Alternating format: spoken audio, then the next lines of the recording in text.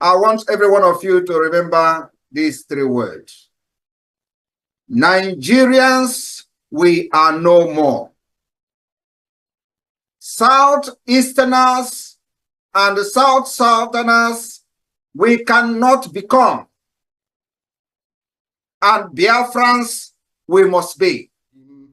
A servant of the wonderful people of Biafra. We are live and we are direct this very morning, afternoon, or night, depending on where you are. And we start this very day by making it abundantly clear that the greatest enemy of a black man is the way that we reason.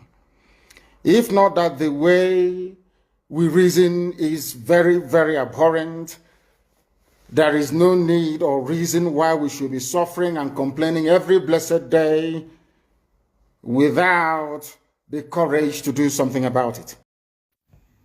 Welcome, fellow Biafrans, lovers of freedom across the world. I welcome you to this amazing program. Thank you so much for joining us on today's briefing. In this platform, we bring information that has to do with the United States of Biafra, information that has to do with Biafran people, and the things that are happening in the contraption called Nigeria. We expose it to the world and we bring update coming from the government. In this episode, I'm going to share with you what transpired in the court of Mazi Nnamdi Kanu.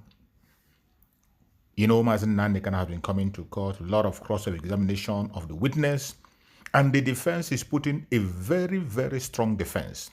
And finally, we have reached to a conclusion, and the final stage is what we are going to see by next month. I want you to pay attention to this very briefing. This is a special review of what transpired throughout the court of Mazi Nnamdi Kanu. You are going to hear directly from his legal team the press release which they gave to guide us and know what is actually happening.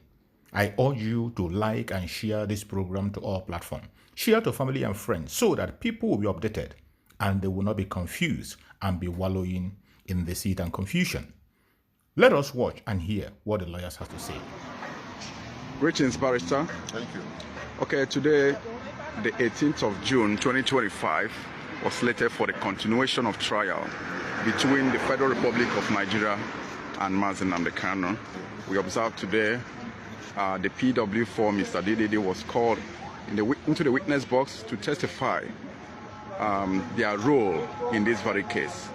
Please, could you also tell us what happened within your powers? Because I understand there has been a sort of order, regarding divulging information. But go ahead, please. Well, thank you very much. Today, PW4, known as DDD, continued in his testimony before the court, and he further identified the statements he made, his evidences in the previous sitting. He acknowledged that he attended the container and as well as the exhibit Z, which is the transmitter. He also went further to give more evidence with respect to the happenings, the killing of Gulag, the killing of Ikonso, and the issues of sit at home. Under cross-examination, he admitted that Gulag was killed on a Sunday, contrary to the assertion that he was killed on a Monday. He also admitted under cross-examination that one of the documents he tendered, and that is the Vanguard online publication, which he tendered in the last sitting. He admitted that anybody who releases such confessional statements to the police, to the public, or to the press is acting prejudicially. There are so many other evidences he gave, which we may not analyze at this point in time, because we do not want anything that will hamper or reduce the integrity of our matter. We strongly believe that the prosecution is most likely going to close this case before Friday, on or before Friday. It all depends on what happens tomorrow, being Thursday, when a new witness is most likely going to be presented by the prosecution according to the prosecution's lead counsel. So if they present that witness, we'll know what the witness will say and possibly cross-examine him either the same tomorrow or on Friday. But we thank God for everything. And as we always say, the level we have gone so far is the level I call the surrogate level. Even the more, that is the spirit, the dance of the spirit. Our fingers are crossed. We all have hopes, very, very high hopes. And it's our very strong belief that Omo Chineke, wherever we are, will continue to maintain the peace as we have always been known to maintain. So far, the evidences standard, to my mind, has not shown that Omo Igbo or Biafrans or Omo Chineke we are responsible for any killings. Rather, the evidence has shown that 200 people were killed in Umpo by state security agencies, including the Nigerian Army, the police, and the SSS. That is the evidence so far we've gotten, that over 200 persons were killed.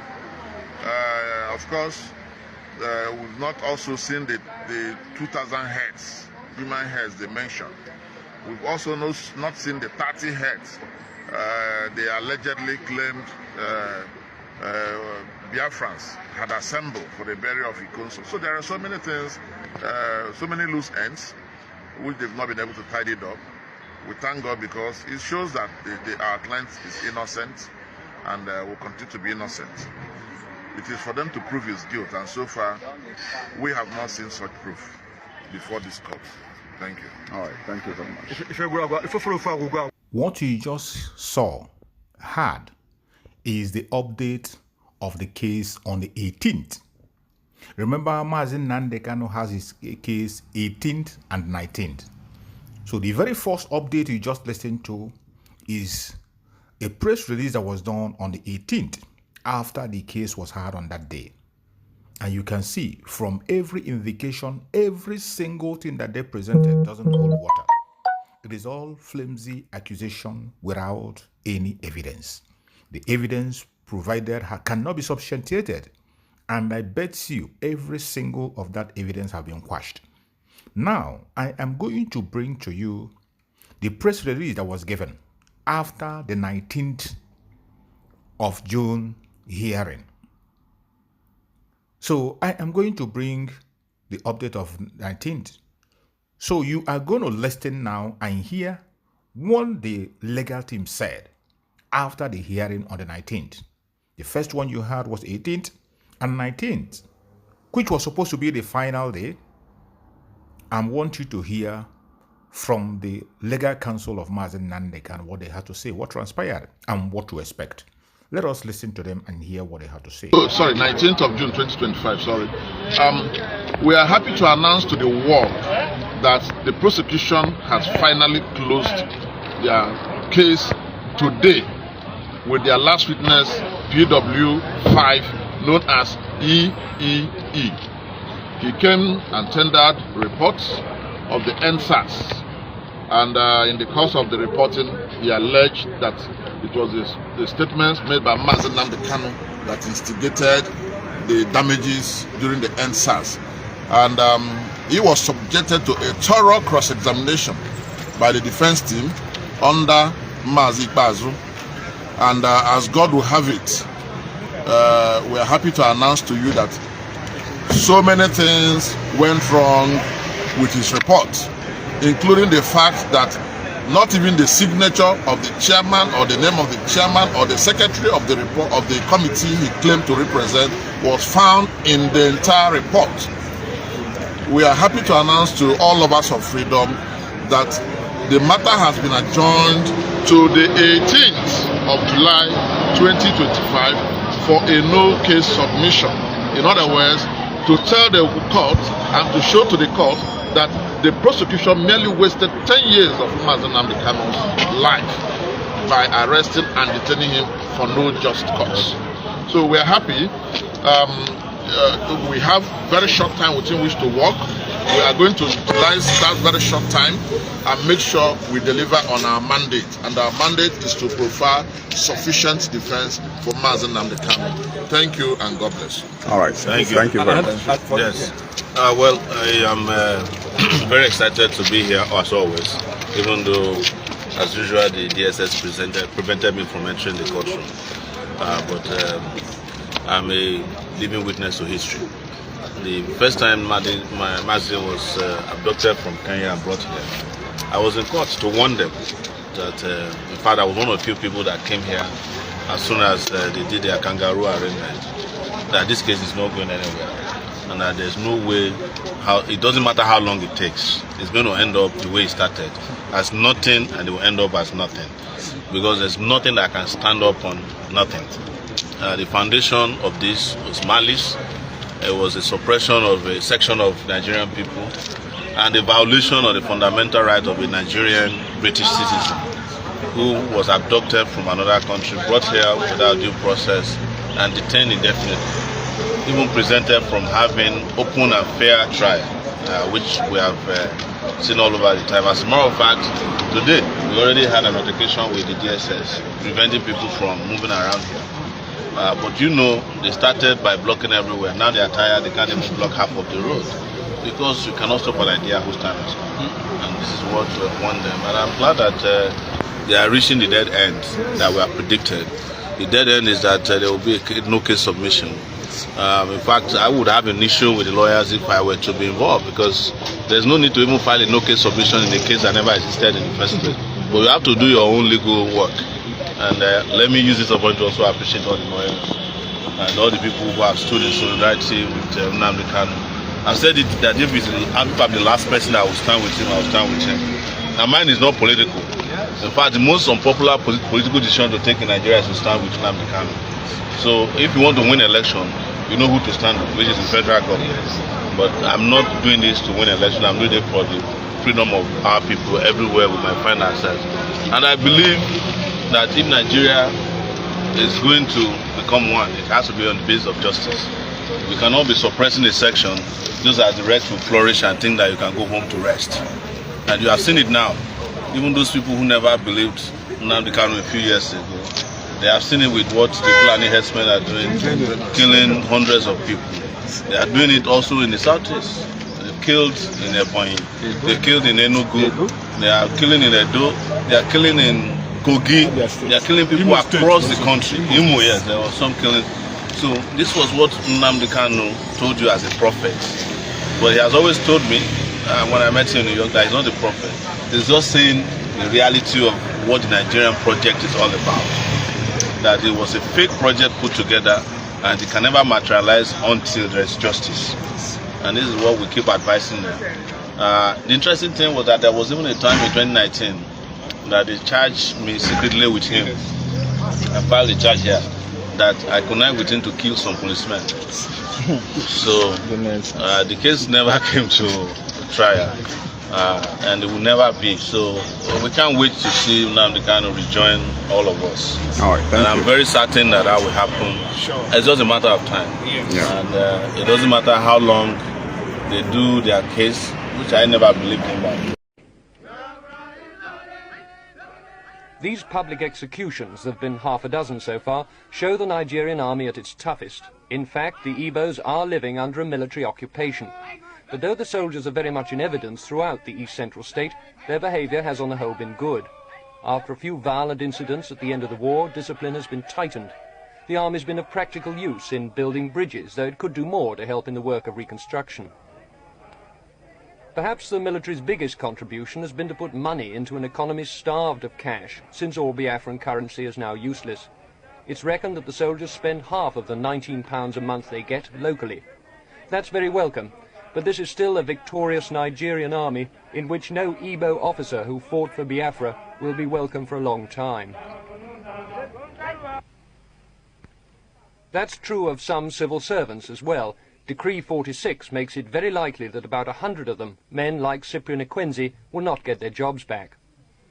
Mr. Kwenzi, I suppose you're a classic example of how are the mighty fallen. You were Director of Information for the federal government and for Biafra, and now here you are selling plastic bottles around the country. What's it been like for you? Well, I don't regard myself as an example of the mighty fallen, if that's the classification. The real thing is that at the end of the war, everybody started from scratch, and nothing was too menial for anyone to do in order to raise the most difficult commodity to find at the moment, which is money. And it takes a certain amount of courage to be able to do what people do not expect you to do. And I think I've proved the point. I have proved that I can do anything. And many people regard me as an example of the Igbo man who can do anything in any circumstance to fight against any desperate odds.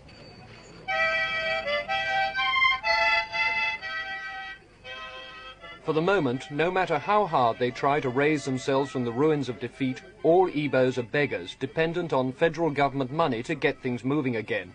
Is it getting through? The National Rehabilitation Commission is a bit slow and top-heavy. We are not adequately, in fact, we are not at all represented in this body.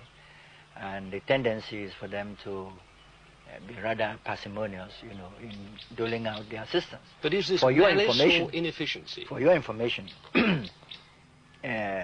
only about £3 million has been utilized so far of the 16 million voted by the federal government. Why such a small amount? I can't tell. You've asked whether it's inefficiency or malice. I don't think it is malice. I don't think it is corruption. I think it's just the civil servant's way of looking at things. He has his own way of doing things. He has no sense of urgency at all. Enugu, the Igbo capital, now has an appalling housing shortage. So many buildings were damaged or destroyed in the war, and there are now 650,000 people living in a town which had a pre-war population only half that size. Any kind of shelter's hard to come by. To some, a derelict vehicle may be home. But the will to survive here is strong. With the overcrowding goes an ant-like energy. All the destruction of life and property is just not as crippling here as it would be in a highly industrialized society. Goods for sale spill out of the market along the railway line. Here is everything a man needs to start life again. Clothes, building materials and household goods. And with painful difficulty, the Igbos are finding the money to buy them. There are still plenty of Nigerians who say that the Igbos are much too clever for anybody's good. That's really the reason they fought them during the war, to teach them a lesson, to show them they could neither expect to dominate Nigeria nor set up a country on their own. There's a Nigerian joke that says that the very word Igbo stands for I before others. Certainly the Igbos are competitive and aggressive. The merest look around the market here tells you that. But these are the very qualities they need to recover from the war. No one who was in Biafra during the fighting can doubt the Igbos' ingenuity, their sheer ability to get things done. The Commissioner for Economic Development here says the Igbos can't really expect to be like the Germans and Japanese, to emerge even more prosperous from the ashes of war. All the same, it could happen. It's already said that the Igbos will reach their pre-war level of economic activity by the end of next year. So though they may be down, the Igbos are definitely not out. It really depends on the help they get from the federal government, how quickly they're able to get back on their feet again. Richard Lindley, News at 10, East Central State, Nigeria.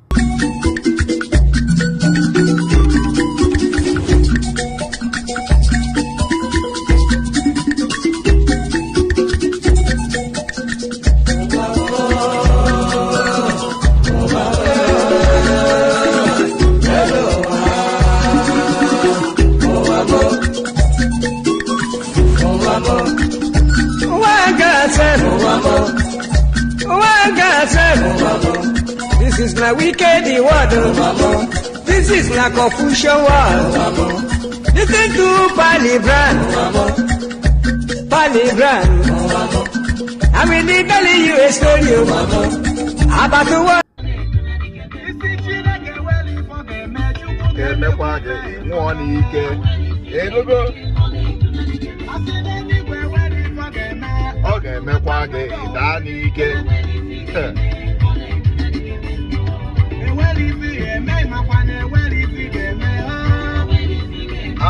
Chineke na enweghị ọ ga-eme maka ọ ga-eme gị nwụọ n'ike. Hope. Ask one another day, Chineke game. Okay, me pay for nanya. He said, "You go to where you get me, Maka Biafra. Okay, me a pay nanya." You got to go.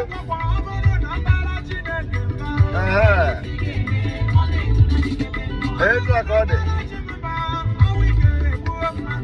You got to go. I want pay.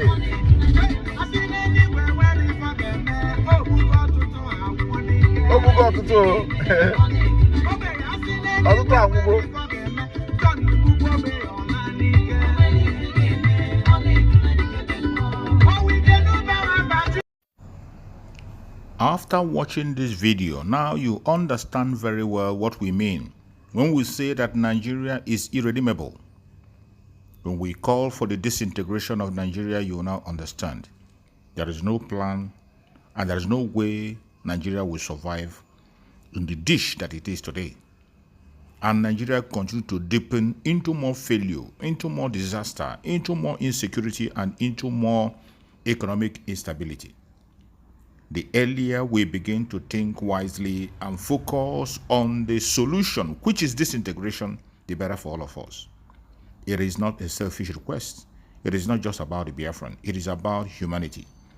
If you want to save humanity, you must support the disintegration of the contraption called Nigeria. Divide the country along people that have same value system. People that have same value system. The Oduduwa people, the Middle Belt, the Northerners, and the Southeastern and the Biafrans. That is the only solution. No matter how you try to run away from it, it will continue to haunt you. Thank you, and let's keep watching. Go to comment section and share your comments.